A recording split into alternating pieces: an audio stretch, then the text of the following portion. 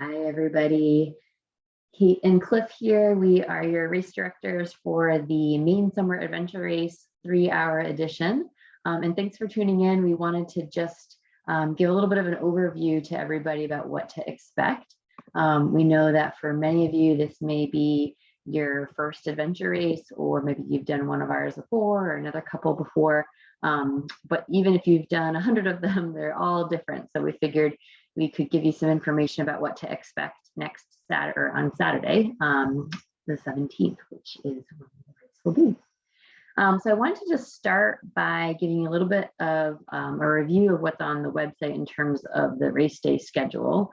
So your race for the 3-hour event starts at noon and it ends at 3 o'clock on Saturday. However, race registration opens at 10:30, and so you're welcome to get there at 10:30 or soon afterwards.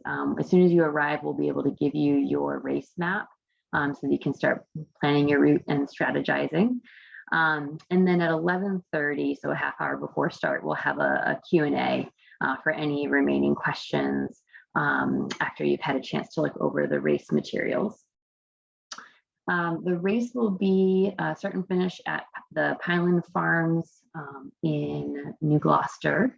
And the information is on the website, but the address there is 15 Farmview Lane in New Gloucester. So you can go ahead and get there for 10:30 on Saturday.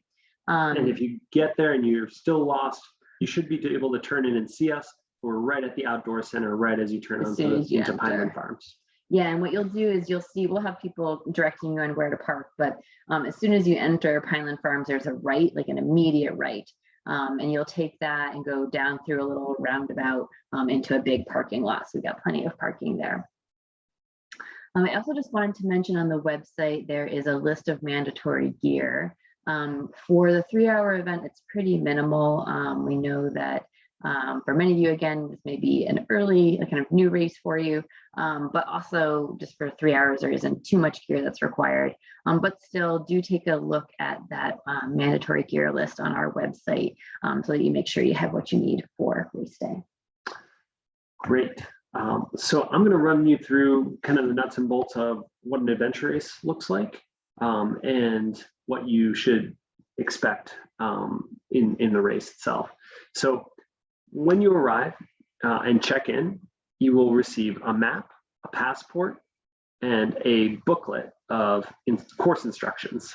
The map and all the race material are going to be on waterproof paper, so if it happens to be raining, you'll have some protection there. You still should bring some kind of protection for that paper. So a Ziploc bag works really well.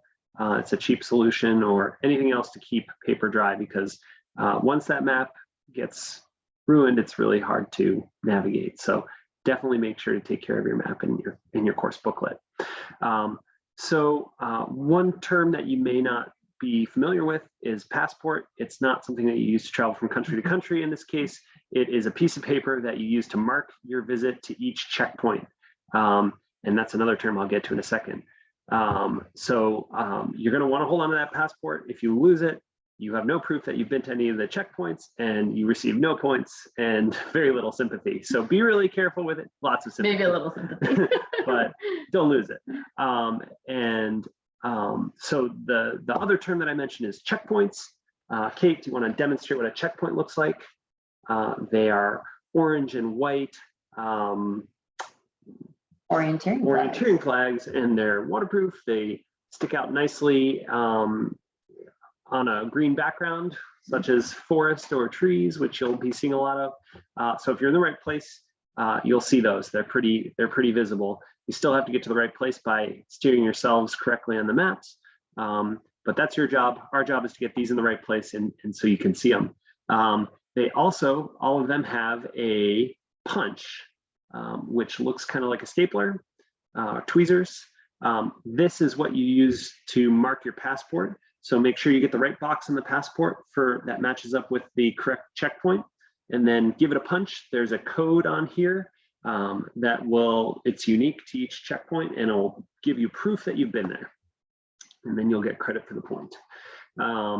So that's kind of the basics of how you score in adventure racing. And then using the map and your compass and looking at the surrounding environment is one major way you can get to the checkpoints. As you get close, the course instructions will also have clues to what to look for. So stream, trail intersection, hilltop. There's a number of different type of clues that you'll get.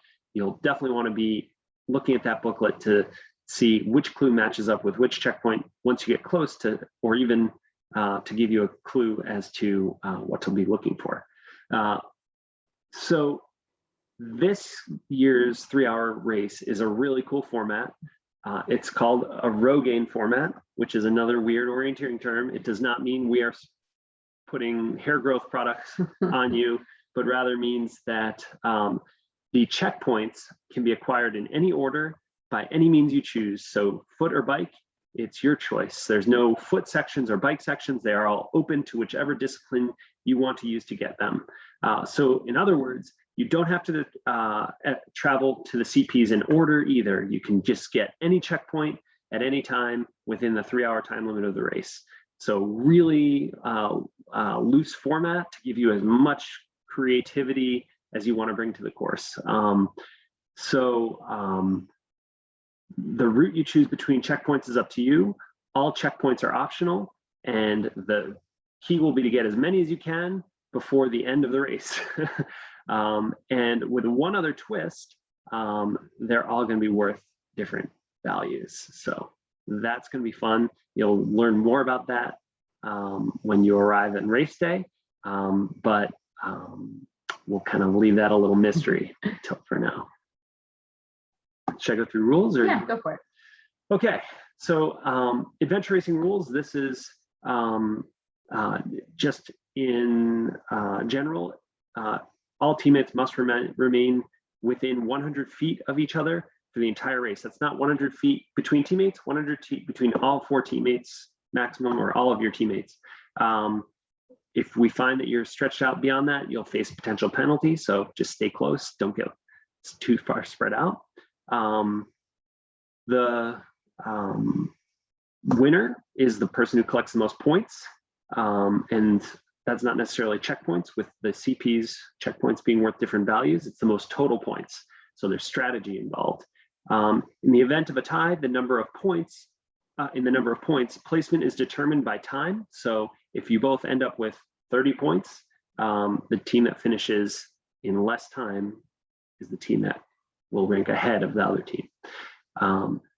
So return to the finish by 3 p.m.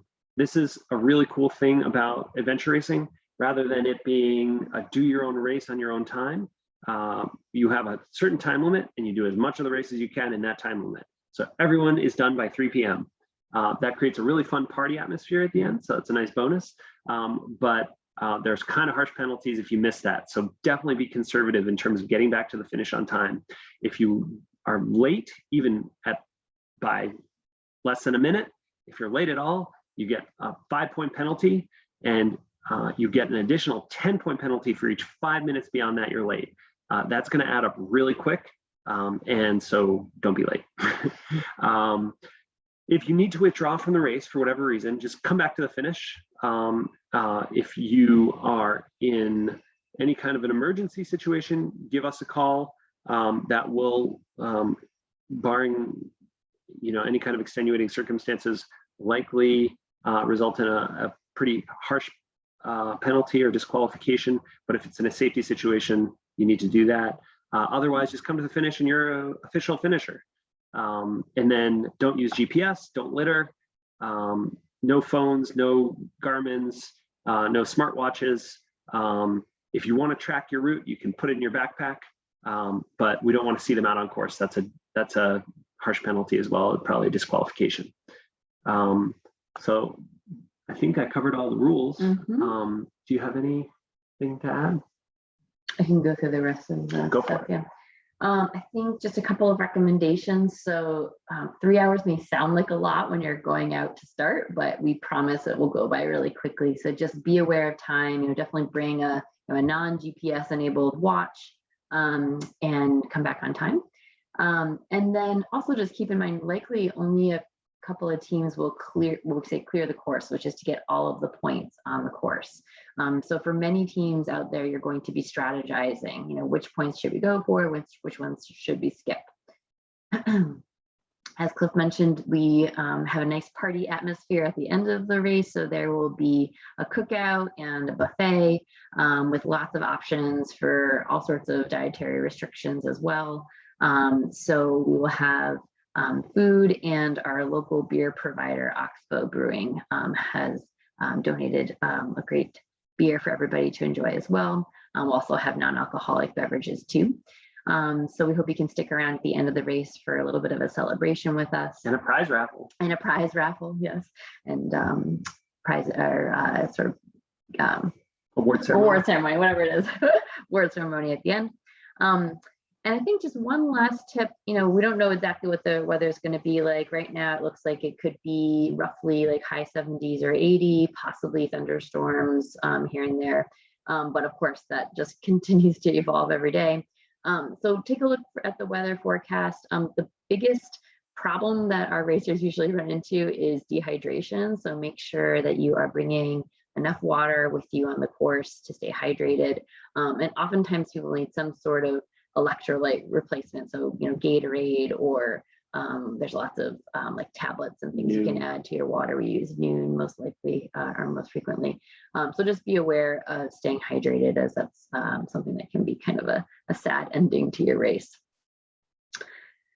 That's it. I think that's it. Yeah. We so have a Q&A on Wednesday. Yes, Wednesday evening at 8:30, we will be on Zoom, and we will there will be a link in the email that you get with this. So feel free to join us then if you have any other questions, and then pre-race at 11:30, we'll have more time to answer questions then. And if you don't want to wait till Wednesday, you can email us at strongmachinear@gmail.com or contact us through our Facebook page, and we'll get you an answer if you have any questions. We are so excited to host this race. Can't wait to see all you guys out there. And yeah, see you Saturday. less than a week. Bye.